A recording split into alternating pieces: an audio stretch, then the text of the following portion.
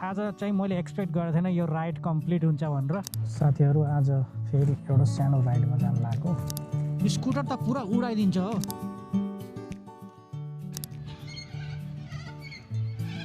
यसो ब्रेक लिएको, घरबाट कफी लिएर आएको, कफी पिउनु पर्यो भनेर।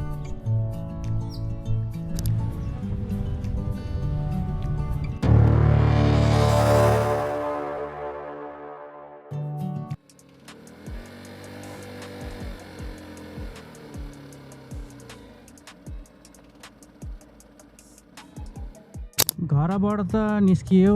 हेरौँ मौसमले कतिको साथ दिन्छ। मौसम एकदमै नराम्रो छ क्या। आज पानी पर्छ कि भन्ने डर लागेको छ। फेरि यो पानी यस्तो चिसो हुन्छ यहाँको, बिमार भइन्छ कि भन्ने डर। यसो छुट्टीको दिन भ्लगिङ गर्न भनेर निस्किन पनि गाह्रो छ हो अहिले त। एकदमै राम्रो नहुने के। अनि साथीहरू च्यानलमा नयाँ हुनुहुन्छ भने प्लिज लाइक सब्सक्राइब गरिदिनुहोस्। भिडियो कस्तो लाग्छ भिडियोमा पनि कमेन्ट्स गरिदिनुहोस् होइन।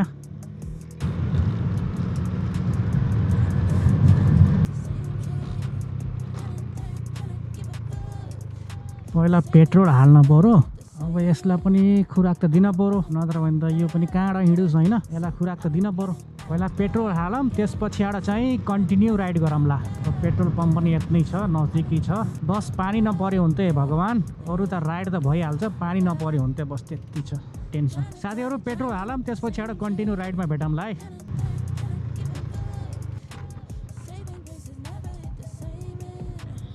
पेट्रोल चाहिँ हालियो, अब कन्टिन्यू राइड गरौँ। आजको राइड पनि एकदमै लामो छ।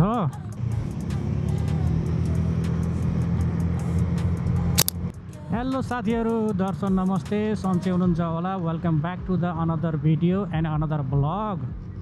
तपाईँलाई थाहा भइहाल्छ थम्बनेल हेरेर कहाँको राइड हुँदैछ भनेर।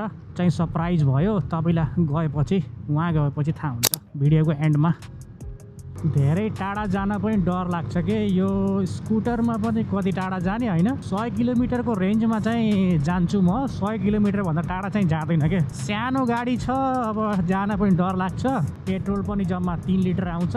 त्यही भएर पनि मौसम पनि राम्रो छैन। के गर्ने साथीहरू, यस्तै हो, भ्लगिङ गर्नु पर्यो। आफ्नो इच्छा त पुरा गर्ने हो साथीहरू, चाहे जेसुकै होस् होइन। साथीहरू घुम्न निस्किन पर्छ हो, घुम्न निस्किन पर्छ। बाहिर यस्तो राम्रो छ। आज बिहानै यस्तो ट्राफिक छ। 11 बज्दैछ यहाँको, 11 साढे 11 कति भएको छ। त्यो बिहानै एकदमै ट्राफिक हुन्छ क्या। School time office time same टाइममा परेर ट्राफिक हुन्छ कि एकदमै। यो चाहिँ म बस्ने सिटी हो। यसलाई चाहिँ औब्री भन्छ। यहाँ म बस्छु। यहाँ त बस्दिनँ, अलि टाढा बस्छु यहाँबाट। तर चाहिँ यही हो सिटी भनेको, यही हो म बस्छु। अस्ट्रेलियाको यहाँका बजारहरू यस्तै साना साना हुन्छन्, त्यस्तो ठुलो हुँदैन, ठिक्कका हुन्छन्। तर जे भए पनि डेभलप छ क्या कन्ट्री डेभलप भयो भने चाहे सानो होस् चाहे ठुलो होस् होइन, राम्रो देखिन्छ क्या। त्यही हो कि साथीहरू, कन्ट्री चाहिँ डेभलप हुनुपर्छ। अनि साथीहरू च्यानलमा नयाँ हुनुहुन्छ भने प्लिज सब्सक्राइब लाइक कमेन्ट्स गरिदिनुहोस् है। अब यस्तो मौसममा पनि भ्लगिङ बनाउन निस्किएको छु, तपाईँले पनि यसो सपोर्ट गरिदिनु पर्यो। अब चाहिँ मेन हाइवेमा आइयो है, रिभर हाइवे। अब यही हाइवे नछोडिकन जाने हो। पानी नपर्यो हुन्थ्यो भगवान्, पानी नपर्यो हुन्थ्यो। पानी पर्यो भने टेन्सन हुन्छ। पानी पर्यो भने त बिचबाटै फर्किनु पर्छ हो साथीहरू, नत्र भने नजाने भनेको हलङ अनि कारवाबाट अझै अगाडि हो। यहाँबाट 95-100 किलोमिटर छ। हेरौँ कहाँसम्म पुगिन्छ साथीहरू। पानीले धोका दियो भने चाहिँ अब बिचबाटै फर्किनु पर्ला। पानीले साथ दिएन भने त बिजोकै हुन्छ। मौसम त राम्रो छ, तर पानी नपर्यो हुन्थ्यो कि बस। पानी परे पनि अलिअलि पर्ला, तर भ्लगिङ बनाउन छोडिन्न क्या, चाहे जेसुकै होस् होइन। भ्लगिङ चाहिँ गर्ने हो, त्यति हो। घुम्ती आयो घुम्ती साथीहरू, घुम्ती आयो घुम्ती। त्यो छ कि नेचर यार, त्यही भएर पनि निस्किने हो क्या अस्ट्रेलियाको बाहिरको। त्यो हरियाली होइन, यस्तो देख्नको लागि मान्छे पागल हुन्छ। मान्छे बाहिरबाट पैसा तिरेर आउँछ यहाँ घुम्नको लागि। अब हामी चाहिँ यही काम गर्ने भएर नघुम्ने, यो त भएन नि साथीहरू। त्यही भएर घुम्न निस्किन पर्छ हो, घुम्न निस्किन पर्छ साथीहरू। चाहे जेसुकै होस् होइन, कार छ कि मोटरसाइकल छ कि साइकल छ कि, मान्छे उहाँ देश विदेशबाट पैसा तिरेर यही हेर्नलाई आउँछ। हामी चाहिँ अब यही काम गर्ने, यही बस्नेलाई पनि गाह्रो छ है घुम्नलाई।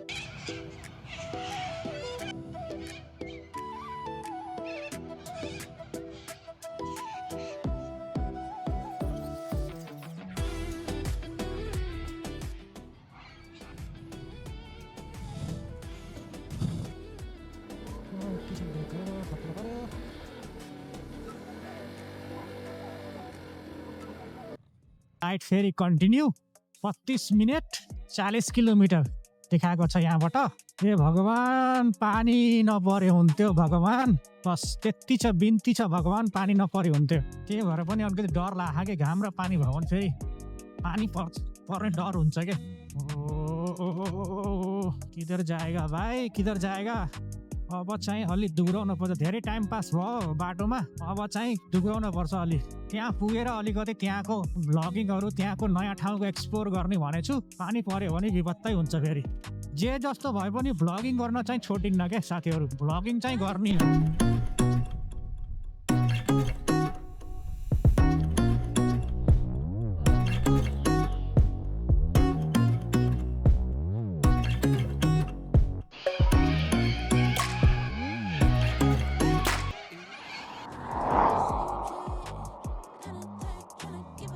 आरामसित जाने हो, तर बस त्यति पानी नपरे हुन्थ्यो भन्ने छ। अलि 57 किलोमिटर देखाएको छ, हेरौँ कति बजीतिर पुगिन्छ। सुस्तरी जाने हो। अब यो चाहिँ हलङ भन्ने यहाँको रिजनल एरिया आयो। अब यहाँबाट यो चाहिँ स्पिड घट्यो, 50 को स्पिड भनेपछि सिटी स्टार्ट भयो। यहाँको स्ट्रेट मोबाइल लगाएको छु, पुलिस नआयो हुन्थ्यो, पुलिसले देख्यो भने मार्छ क्या फेरि। अब लाइसेन्स आउने बेला भएको छ, फेरि यो मोबाइलमा म्याप लगाउन दिन्न कि यार। अब नयाँ ठाउँमा जाँदाखेरि मोबाइलमा म्याप लगाउन पर्यो होइन।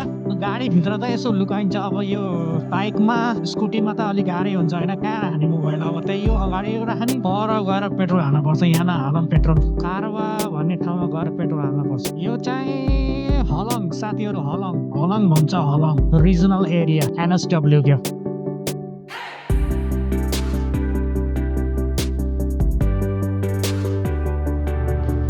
यतापट्टि बजार छ। त्यसपछि आज यहाँ चाहिँ म पहिला पनि आएको छु क्या, आजभन्दा 1-2 महिना पहिला हो कि पहिले यहीँसम्मको भिडियो बनाउन आएको थिएँ। युट्युबमा भिडियो छ, गएर हेर्दा हुन्छ साथीहरू।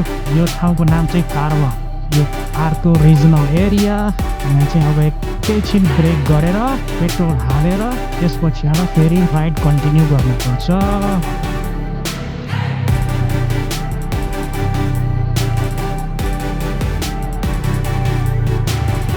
कहाँ गएर रोक्छ हो, ठ्याक्कै म अलि अस्ति यहीँ आएको हो क्या। यो त यहाँ बार्न आएछ त, के हो यताबाट रहेछ ठाउँ। यताबाट भित्र घुसेर उता छ क्या वासरुम जानुपर्छ अब।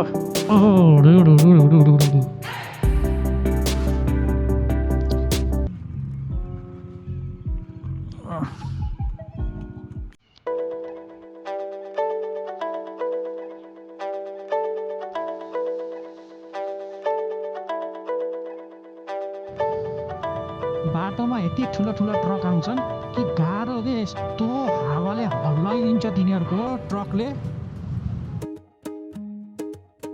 अन्ततः म मेरो गन्तव्य याराओङ्गामा आइपुगेको छु। साथीहरू, आजको यात्रा मेरो लागि निकै चुनौतीपूर्ण रह्यो। बिहान घरबाट निस्कदा मौसम यति खराब होला भनेर मैले कल्पना पनि गरेको थिइनँ। मेरो सानो होन्डा 110cc स्कुटरमा करिब 150 किलोमिटर यात्रा गर्दै यहाँसम्म आइपुग्दा चिसो हावा र खराब मौसमले निकै दुःख दियो। तापक्रम लगभग -10 डिग्री सेल्सियससम्म झरेको थियो। हातहरू कठ्याङ्ग्रिएका थिए, शरीर काँपिरहेको थियो र कहिलेकाहीँ त यस्तो लाग्थ्यो कि स्कुटर रोकेर कतै तातो ठाउँ खोजौँ। तर यात्राको लक्ष्य सम्झँदै म अगाडि बढिरहेँ। तर अहिले जब म याराओङ्गा सहरमा पुगेको छु, बाटोभरि भोगेको सबै दुःख र थकान एकैछिनमा हराए जस्तो लागिरहेको छ। मेरो पछाडि देख्न सक्नुहुन्छ, यो सुन्दर लेक मुलवाला हो। विशाल पानीको सतह, शान्त वातावरण र वरिपरिको प्राकृतिक दृश्यले यो ठाउँलाई निकै विशेष बनाएको छ। यहाँको पानी किनारमा हेर्दा मन एकदमै शान्त हुन्छ। अगाडि देखिएको यो सुन्दर ब्रिज याराओङ्गाको प्रमुख आकर्षण मध्ये एक हो। पुलबाट हेर्दा तालको दृश्य झन सुन्दर देखिन्छ। पानीमा परावर्तित आकाश र वरिपरिको हरियालीले यो ठाउँलाई पोस्टकार्ड जस्तै आकर्षक बनाएको छ। याराओङ्गा केवल सुन्दर दृश्यका लागि मात्र प्रसिद्ध छैन, यसको इतिहास पनि निकै रोचक छ। यो सहर मुरै रिभर र लेक मुरवालाको कारणले पर्यटन, माछा मार्ने गतिविधि र पानीसँग सम्बन्धित मनोरञ्जनका लागि परिचित छ। यहाँका मानिसहरू निकै मित्रवत छन्। सडकमा हिँड्दा स्थानीय मानिसहरूले मुस्कानसहित अभिवादन गर्छन्, जसले यात्रालाई अझ रमाइलो बनाउँछ। आजको यो यात्रा मलाई फेरि एकपटक सम्झाइरहेको छ कि गन्तव्य भन्दा पनि यात्रामा पाइने अनुभवहरू धेरै मूल्यवान हुन्छन्। चिसो मौसम, लामो सडक र कठिन क्षणहरू भए पनि अन्त्यमा यस्ता सुन्दर ठाउँहरू देख्न पाउँदा सबै मेहनत सफल भएको महसुस हुन्छ। अब आउनुहोस् याराओङ्गा सहरको अझ सुन्दर दृश्यहरूसँग हेरौँ। Welcome to beautiful Yarrawonga, one of Australia's hidden gems. From a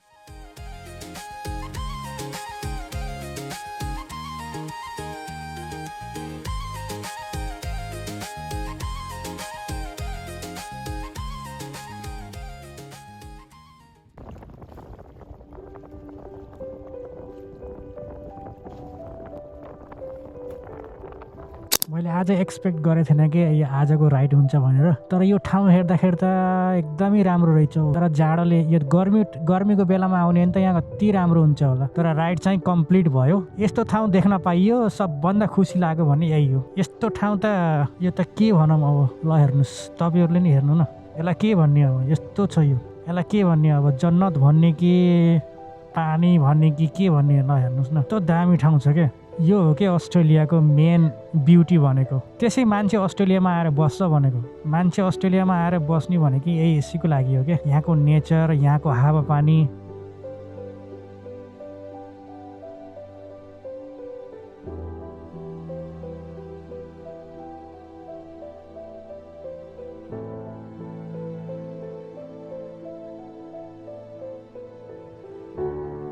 साथीहरू भिडियो कस्तो लाग्यो? भिडियोलाई चाहिँ अब बन्द गर्नुपर्छ, एकदमै जाडो बढेको छ अनि घर फर्किनुपर्छ। पानी पर्ने जस्तो भएको छ, मौसम एकदमै कालो भएको छ।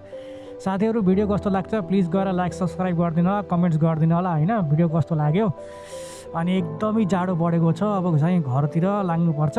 मैले चाहिँ एक्सपेक्ट गरेको थिइनँ आजको यो राइड हुन्छ भनेर, तर यो ठाउँ हेर्दाखेरि चाहिँ एकदमै रमाइलो भयो। जस्तो भए पनि भ्लगिङ गर्न एकदमै मजा आयो क्या यो ठाउँमा आइसकेपछि। साथीहरू हस्त फेरि अर्को भिडियोमा अर्को ठाउँमा भेटौँला। तबसम्मको लागि हस्त, धन्यवाद एन्ड जय नेपाल।